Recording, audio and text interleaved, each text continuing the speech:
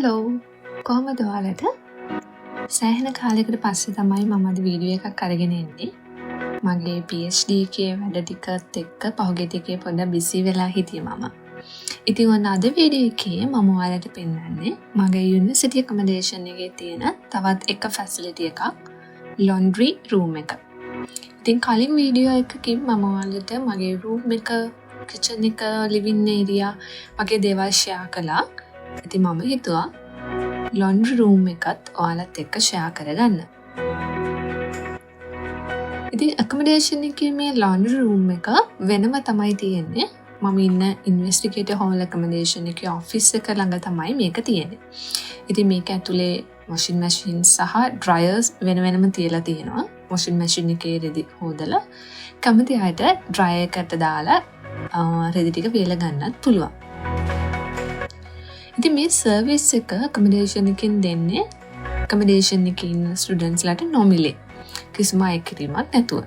හැබැයි මම අහලා තියෙනවා සමහර යුනිවර්සිටි accommodation වල මේ washing machine වගේම dryers use කරන්න coins දාන්න ඕනේ. එහෙම නැත්නම් වෙනම charge කරනවා යාළුවා ගෙවන rent fee එකට අමතරව.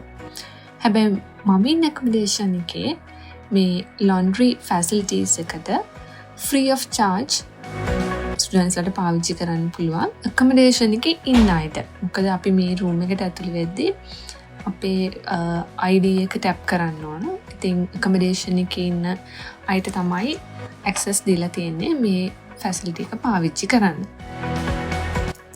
washing machine එකේ රෙදි හොදන්න සාමාන්‍ය විනාඩි 35ක් වගේ යනවා.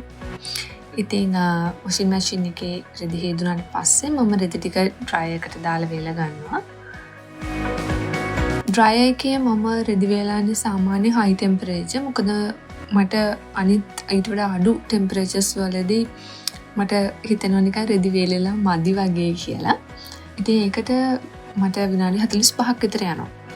ඉතින් ඇත්තටම බැලුවාම මම රෙදි හොදන වැඩේට 3 පාරක් විතර එනවා මේ laundry room එකට එක දවසේ රෙදි ටික හොදන්න. මොකද මුලින්ම එනවා washing machine එකට රෙදි ටික දාන්න. ඊට පස්සේ ආයෙ එනවා washing machine එකෙන් රෙදි ටික අරගෙන dryer එකට දාන්න. ආයෙ තුන්වෙනි පාර එනවා dryer එකට දාපු වේලුණු රෙදි ටික අරගෙන room එකට යන්න. ඉතින් accommodation එකේ මෙන්න මේ පේන විදිහට quiet hours කියලා තියෙනවා. සාමාන්‍ය රෑ 8:00න් පස්සේ accommodation එකේ ඉන්න ඕනම කෙනෙක්ට පාඩම් කරන්න පුළුවන් තරම් නිශ්ශබ්දව අනිත් අය තමන්ගේ වැඩ කරගන්න ඕන. රෑ 10:00න් පස්සේ නිදා ගන්න පුළුවන් තරම් විදියට නිශ්ශබ්දව ඉන්න ඕන. ඉතින් මේ laundry room එක ඇතුළෙම රෙදි අයන් කරන්නත් facilities තියෙනවා. ඊට අමතරව vending machine එකක් තියෙනවා. කැමති අයට drinks, snacks වගේ දේවල් අරගන්න. ඊටත් අමතරව මේ accommodation එකේ ඉන්න ස්ටුඩන්ට්ස් ලාගේ නම තියෙන ලියුම් එයාලා වෙන වෙනම letter boxes වලට දානවා. ඉතින් ඒක තියෙන්නේ මේ room එක ඇතුළෙම තමයි. ඉතින් ওই දේවල් තමයි laundry room එකේ තියෙන්නේ. ඉතින් ආයෙත් අලුත් වීඩියෝ එකකින් හමු වෙනකම් goodbye.